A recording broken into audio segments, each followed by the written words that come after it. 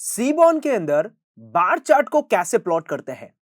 क्या हमारे मैटप्लॉटलिब के अंदर जो हमने फंक्शन यूज किया था उसी फंक्शन को यूज करते हुए सीबॉर्न के अंदर बार प्लॉट बनाने वाला है या उसी टाइप से हम कुछ बनाने वाला है?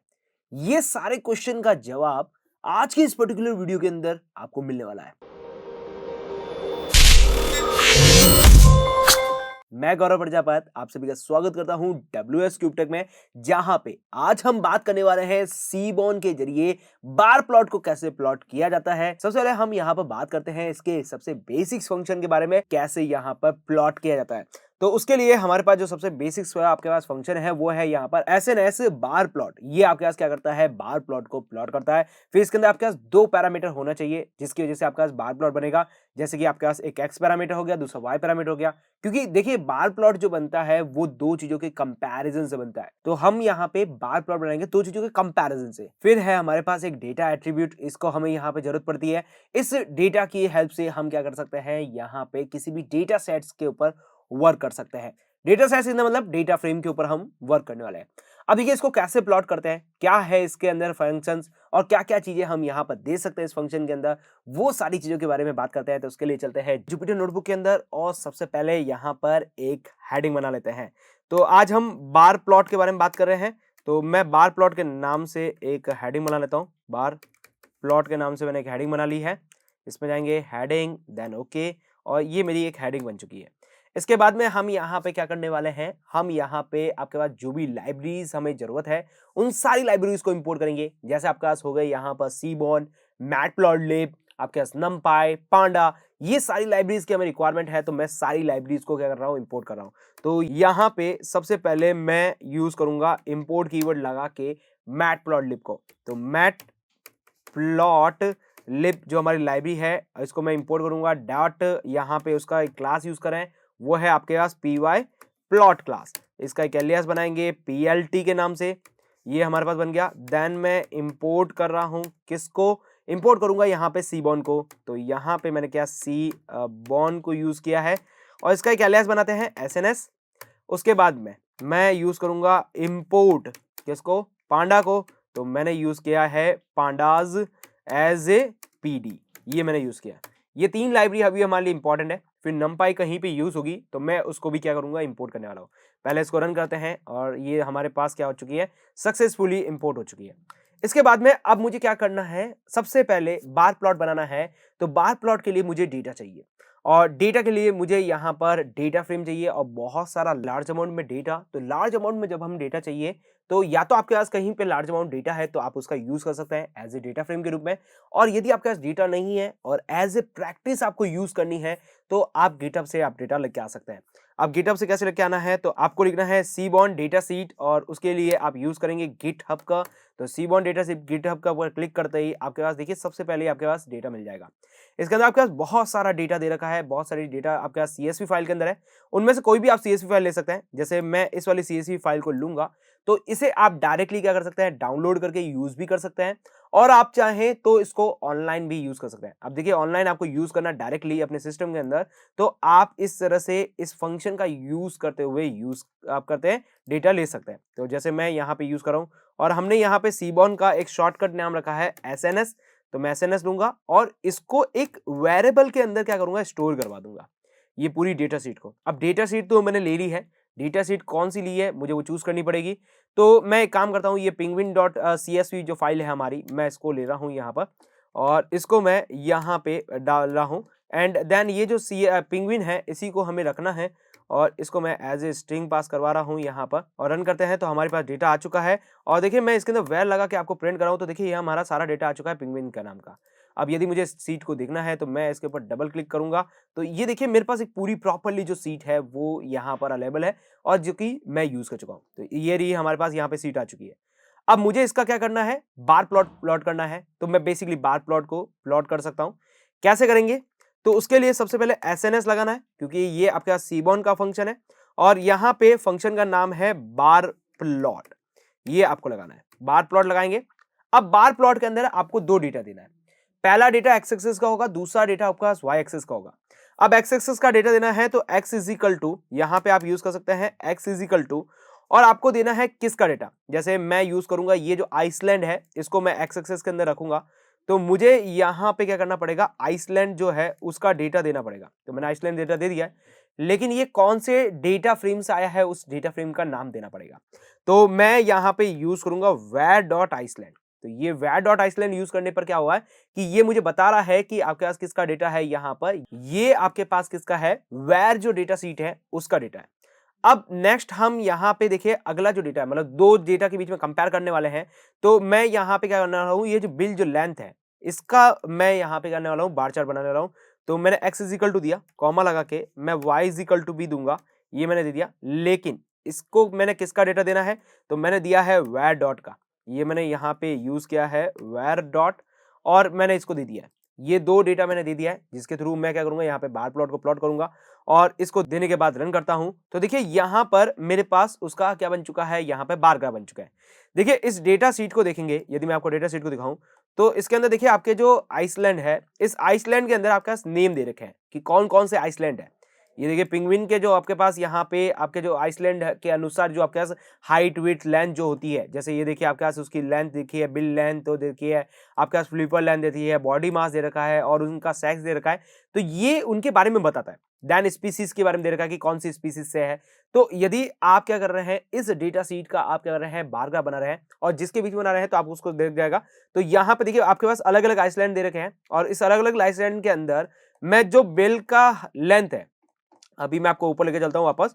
बिल का जो लेंथ है इन एमएम के अंदर, हम क्या कर रहे हैं, उसके डेटा के ऊपर क्या बना रहे हैं, बार चार्ट बना रहे हैं। तो ये आपके पास दिख चुका है। अब यहाँ पे देखिए आपके पास देखिए एक्सेस प्लॉट, ये लेबल वगैरह ये आपके पास लिखी हुई आ रही लाइन। यदि आप इसको हटाना चाहते हैं तो इसके लिए आपको मैटप्लॉटलिब के फंक्शन का जरूरत पड़ने वाली है और उसके लिए हम लगाएंगे plt.show फंक्शन। ये मैटप्लॉटलिब का फंक्शन है। जैसे ही आप एंटर करेंगे तो देखिए वो आपके पास चला जा चुका है। अब आपके पास नॉर्मल बार चार्ट जो कि हम मैटप्लॉटलिब के हेल्प से बना रहे थे और अब हम सीबोर्न बना रहे हैं, इसके अंदर बेसिक डिफरेंस क्या है। बेसिक डिफरेंस ये है कि देखिए इसके अंदर ऑलरेडी आपके पास क्या है, नीचे आपके पास लेबल लगाया हुआ है। एक्स का लेबल आपके पास है, वाई का लेबल आपके पास है, देन इसके साथ साथ आप देखेंगे ये वाले लेबल भी आपके पास लगे हुए हैं। तो इस वजह से यहाँ पे आपको एक बेनिफिट मिलता है कि आपका जो डेटा है, जो भी आपका डेटा है उसके अंदर आपके पास उसके लेबल भी लगे हुए आ रहे हैं। तो इस तरह से आप यहाँ पे इनका यूज करते हुए बार ग्राफ बना सकते हैं।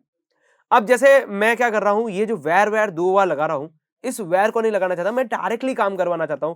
मैं चाहता हूं कि एक बार भी मैं इस वैर का यूज ना करूं। तो आप यहां पर डायरेक्टली इस वैर को हटा सकते हैं। और यदि आप जब डायरेक्टली इस वैर को हटा रहे हैं तो इसको आपको क्या करना पड़ेगा, एज ए स्ट्रिंग पास कराना पड़ेगा। पहली चीज आपको ये करनी है। देन उसके बाद में अब आपको क्या करना है, ये जो आप डेटा लेके आ रहे हैं वो एक डेटा फ्रेम चला रहे हैं, तो उस डेटा फ्रेम को आपको सेट करना पड़ेगा। और उसको सेट करने के लिए आप यहां पर क्या देंगे, आप यहां देंगे डेटा कीवर्ड। और डेटा देने के बाद आप उस डेटा का नाम ले लेंगे कि आप कहां से डेटा लाए हैं। तो हम ला रहे हैं वेर से, तो ये वेर को आपको यहां पे पास कराना पड़ेगा।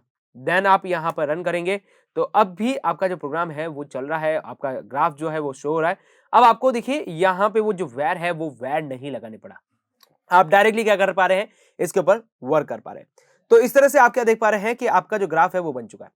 अब देखिए ये जो ग्राफ है ये आपने किसका बनाया है, यहां पर आपके जो लेंथ है, ये जो आपने बनाई है बिल लेंथ है, इसका आपने ग्राफ बनाया।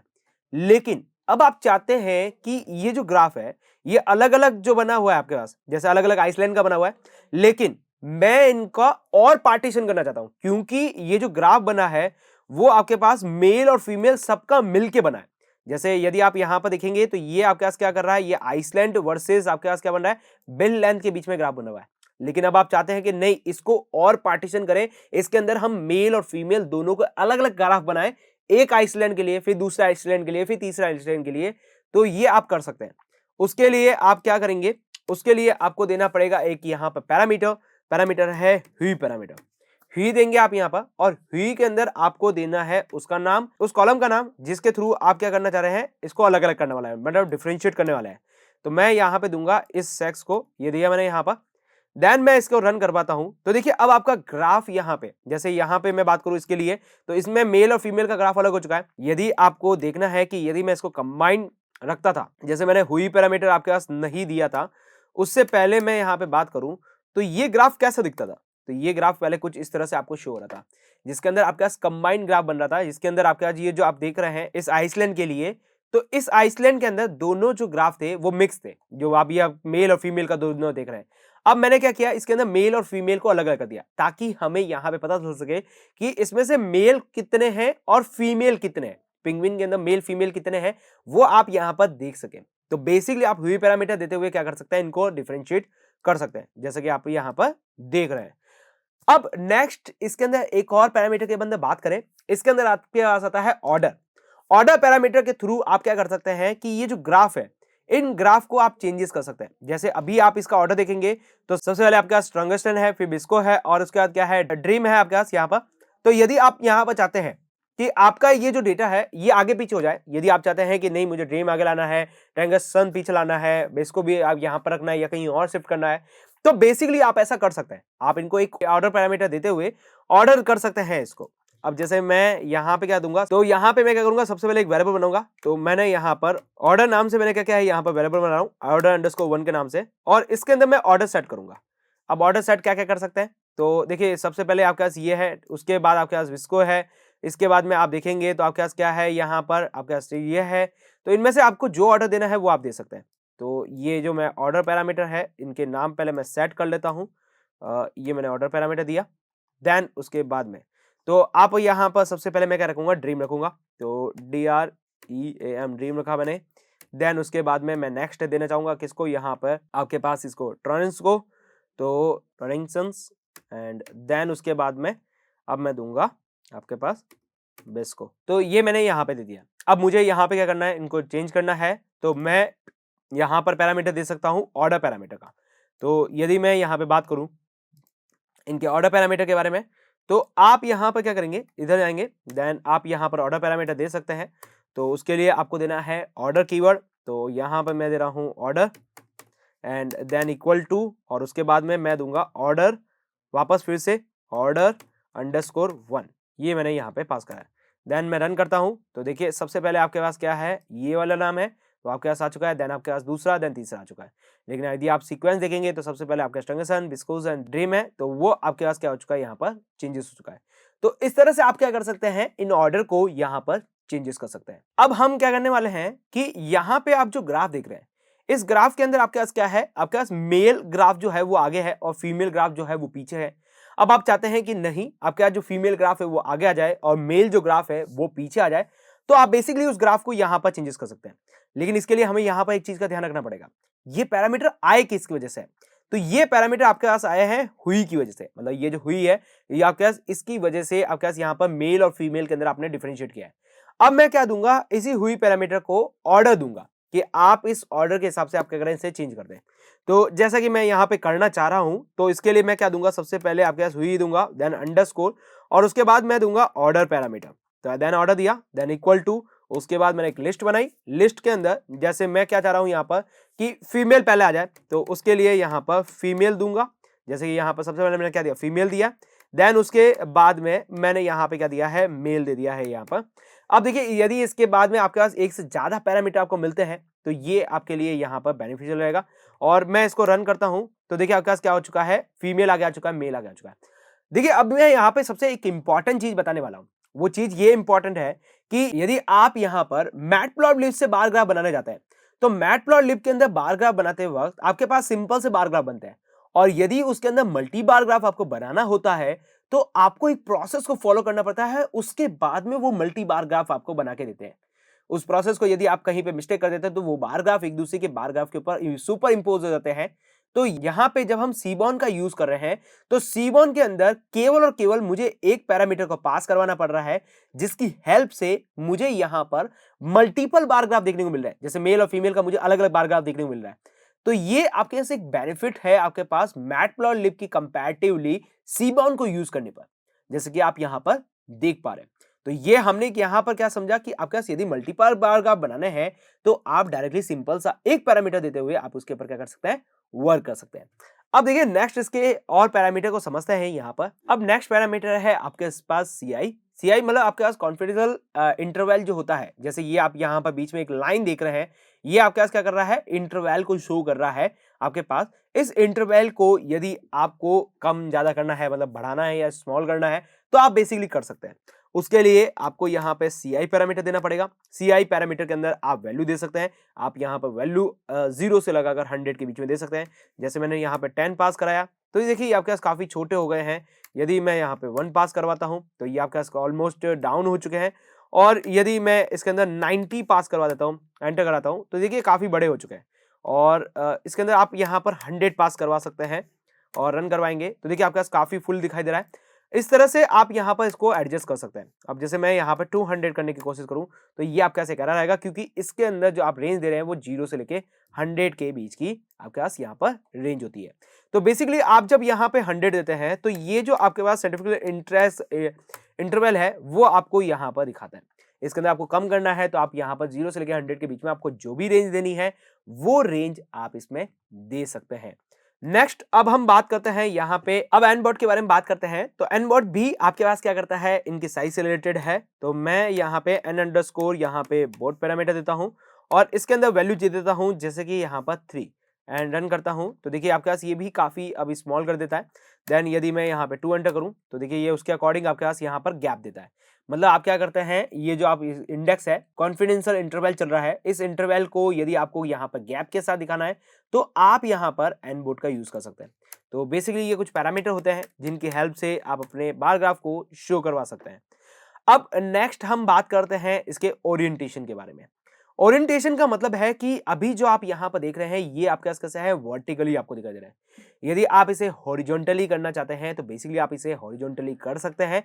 लेकिन जब भी आप इसे हॉरिजॉन्टली करने जा रहे हैं, तब आपको एक चीज का ध्यान रखना पड़ेगा कि आपके पास जो 2 पैरामीटर आप दे रहे हैं, जैसे मैंने एक पैरामीटर क्या दिया है, आइसलैंड दिया है, और दूसरा क्या है, यहाँ पर mm के अंदर लेंथ दी है। इसके अंदर यदि आप यहाँ पर इसे हॉरिजॉन्टली कर रहे हैं, तो दोनों पैरामीटर आपके पास कैसे होने चाहिए, न्यूमेरिकल पैरामीटर होने चाहिए, नंबर पैरामीटर होने चाहिए। आपके पास अल्फाबेटिक पैरामीटर मतलब स्ट्रिंग कैरेक्टर्स आपके पास यहाँ पर अलाउ नहीं है। जैसे कि मैं बात करूं यहाँ पर कैटेगोरिकल जो आपके पास वो होते हैं, वो आपके पास यहाँ पे अलाउ नहीं होता है। अभी जैसे मैं यहाँ पे आपको करके दिखा देता हूँ कि एक एरर आपको शो हो जाएगी यदि आप इसे अभी यहाँ पर क्या कर रहे हैं, हॉरिजॉन्टली करते हैं। तो इसके लिए आपको देना है ओरिएंट पैरामीटर। तो मैं यहाँ पे दूंगा ओरिएंट पैरामीटर। ओरिएंट पैरामीटर के अंदर मैं चाहता हूँ ये हॉरिजॉन्टली हो जाए। मैं एंटर करता हूँ, तो देखिए आपके पास एरर आ चुकी है। ये बोल रहा है कि आपके पास हॉरिजॉन्टल, आपके पास orientation required to numerical X variable, मतलब आपके पास नंबर होना चाहिए, कैटेगरी वैल्यू आपके पास अलाउ नहीं है। तो इसको आप यहाँ पर वी रख दीजिए, वर्टिकली रख दीजिए, तो वर्टिकल में तो एज यूजुअल आपको दिखाई देगा। तो अब देखिए यहाँ पर आपके पास क्या हो रहा है, आपके पास यहाँ पर दोनों के दोनों क्या होने चाहिए, यहाँ पर न्यूमेरिकल वैल्यू होनी चाहिए, कैटेगरी वैल्यू आपके पास अलाउ नहीं है। देन इस केसेस के अंदर यदि आपको यहाँ पे से हॉरिजॉन्टली करना है, तो इसको जरा समझते हैं कि ये कैसे वर्क करेगा। तो इसके लिए मैं इसको कॉपी करता हूँ और ये जो है मैं इसको कट कर दूंगा एंड देन मैं यहाँ पे पेस्ट करता हूँ। और मैं देखो इसको यहाँ पर थोड़े अच्छे ढंग से रिप्रेजेंट कर रहा हूँ कि किस तरह से हो सकता है। तो एक काम करते हैं कि ये जो बिल लेंथ mm ने दे रखी है और ये जो बिल डिप दे रखी है, इन दोनों के बीच में मैं यहाँ पे इसको ग्राफ को चेक करना चाहूंगा, दोनों न्यूमेरिकल वैल्यू को चेक करना चाहूंगा। तो उसके लिए मैं यहाँ पे इसको पास करवा देता हूँ एंड देन मुझे अब यहाँ पे किसकी जरूरत है, तो यहाँ पर मुझे इसकी हॉरिजॉन्टल की जरूरत है। और ये जो बाकी के जो पैरामीटर आपको दिखाई दे रहे हैं, इनकी मुझे इतनी रिक्वायरमेंट नहीं है, तो मैं इन सभी को हटा देता हूँ। एंड देन देखिए इसको पहले यहाँ पर वर्टिकली मैं आपको समझाऊंगा कि ये वर्टिकली कैसा दिखाई देगा। इसको एंटर करता हूँ, तो देखिए आपका जो वर्टिकली ग्राफ है वो कुछ इस तरह से दिखा दे रहा है। इसके अंदर सारे बार ग्राफ कैसे हैं, वर्टिकली आपको दिखाई दे रहे हैं। एंड देन मैं यहाँ पे क्या चाहता हूँ कि इसका हॉरिजॉन्टली भी बन जाए आपके पास। तो देन मैं इसको हटाऊंगा और हॉरिजॉन्टली के ऊपर क्लिक करूंगा और रन करते हैं। तो आपके पास देखिए ये जो ग्राफ है वो आपके पास कैसे बन चुका है, हॉरिजॉन्टली बन चुका है। तो आप यहाँ पे ओरिएंट पैरामीटर का यूज करते हुए इन ग्राफ को वर्टिकली एंड हॉरिजॉन्टली के अंदर कन्वर्ट कर सकते हैं। क्लियर हो गया होगा आपको किस तरह से करना है। तो ये हमारे पास यहाँ पे वर्टिकली जो ओरिएंट है, इनको आप यहाँ पर चेंजेस कर सकते हैं। अब देखिए यदि आप इनके कलर को वगैरह को चेंज करना चाहें, तो आप बेसिकली इनके कलर्स को चेंजेस कर सकते हैं। कलर को चेंजेस करने के लिए आपको कलर पैरामीटर की रिक्वायरमेंट होगी। तो इसके लिए मैं बेसिक्स जो हमारा ग्राफ है वो मैं यहाँ पे बनाऊंगा। तो बेसिक्स ग्राफ पहले बता देता हूँ कि बेसिक्स ग्राफ के अंदर किस तरह से कलर चेंज होगा और आप इन सब के अंदर कैसे कलर चेंजेस कर सकते हैं। तो यदि मुझे बेसिक्स ग्राफ के अंदर समझना है, तो मैं इसमें चलता हूँ और इसको मैं यहाँ पे वी कर देता हूँ और इसको मैं एंटर करता हूँ। और ये जो आपके पास ओरिएंट है, इसको भी मैं यहाँ से हटा देता हूँ। देन ये मेरा यहाँ पे ग्राफ दिखाई दे रहा है। अब इसके बाद में हम क्या चाहते हैं, यहाँ पे कलर पैरामीटर को समझना चाहते हैं, तो COLOR कलर पैरामीटर दूंगा। कलर के अंदर जैसे मैंने दे दिया यहाँ पर सभी ग्रीन कलर के हो जाए, देन रन करूंगा तो ग्रीन हो जाएगा। यदि मैं इनको ब्लू चाहता हूँ तो ब्लू हो जाएंगे। तो इस तरह से आप यहाँ पर इनके कलर को चेंजेस कर सकते हैं। नेक्स्ट है हमारे पास यहाँ पर अगला जो पैरामीटर है वो आपके पास है प्लेटेड। प्लेटेड क्या करता है, जैसे मैंने आपको लास्ट वाले लेक्चर्स के अंदर भी क्लियर करा था कि अभी जो इनका कलर चल रहा है वो कुछ और चल रहा है, लेकिन यदि आप चाहते हैं कि इनके कलर का पैटर्न है वो कुछ और हो जाए, जैसे मैंने आपको मैटप्लॉटलिब के अंदर स्केलेटर प्लॉट के अंदर आपको बताया था कलर बार के बारे में कि आपके पास एक कलर बार मिलती है, उन कलर बार का यूज करते हुए आप अपनी कलर को चेंजेस कर सकते हैं। तो यहाँ पे भी उसी तरह से आपके पास क्या मिलती है, कलर बार मिलती है, तो वो आपको चूज कर सकते हैं। तो मैं यहाँ पे दे रहा हूँ पैटलेट।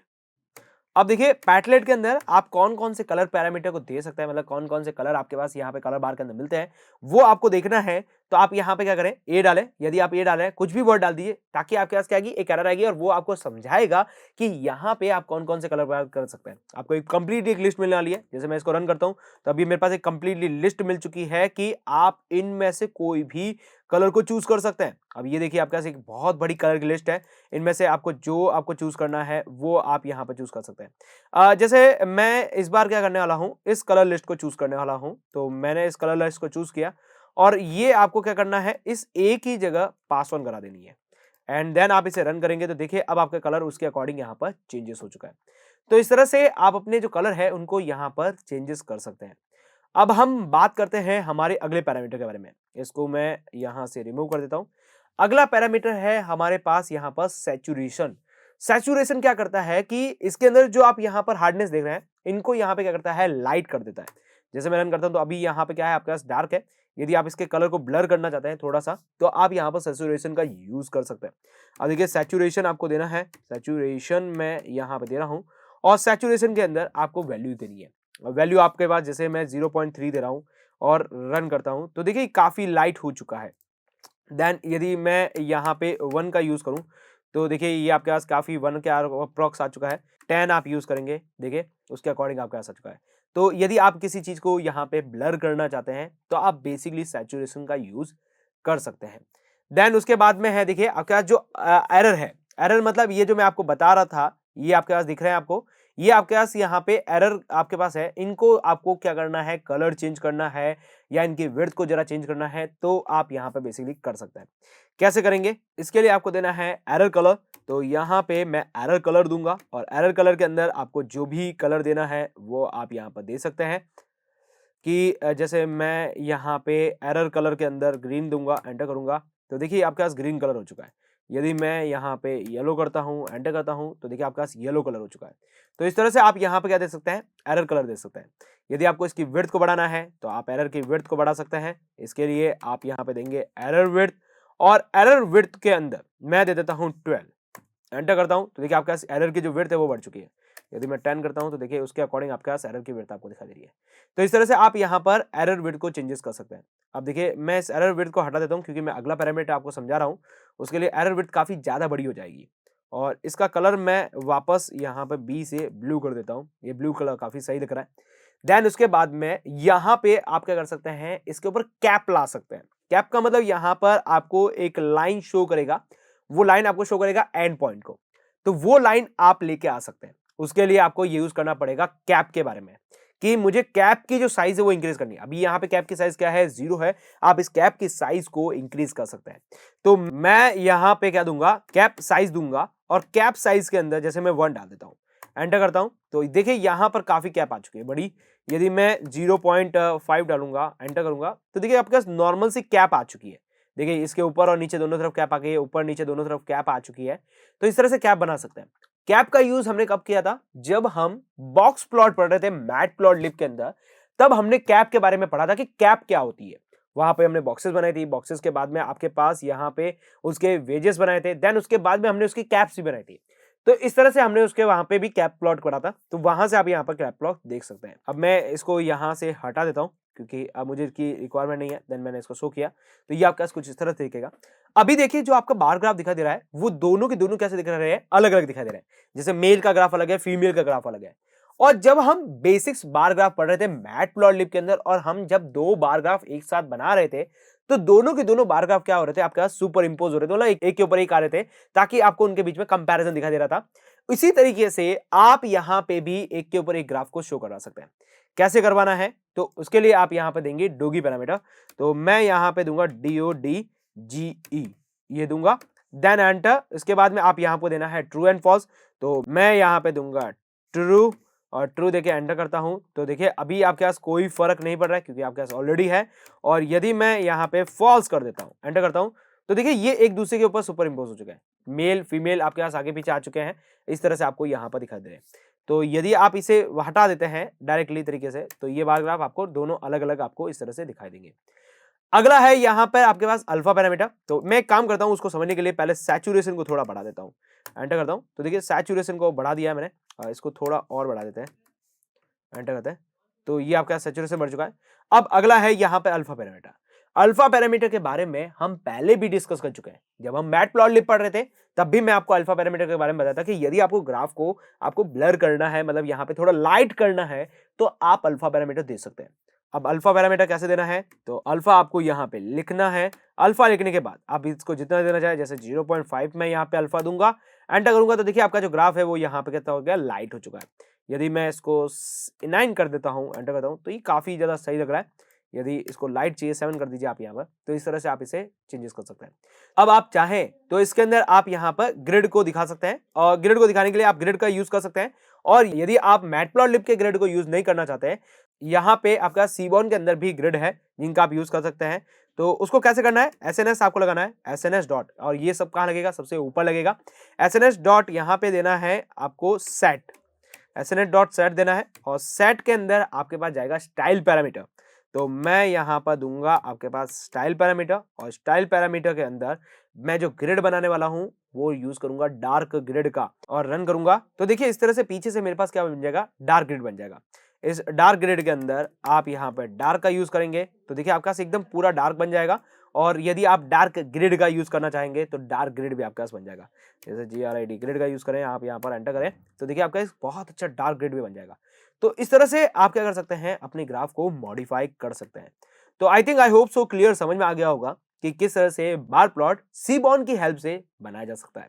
तो फिर मिलते हैं हमारे अगले वीडियो के अंदर, जहां पे बेसिकली हम और भी प्लॉट के बारे में डिस्कस करेंगे। तब तक आप हमारे साथ बने रहिए। Till then, good bye.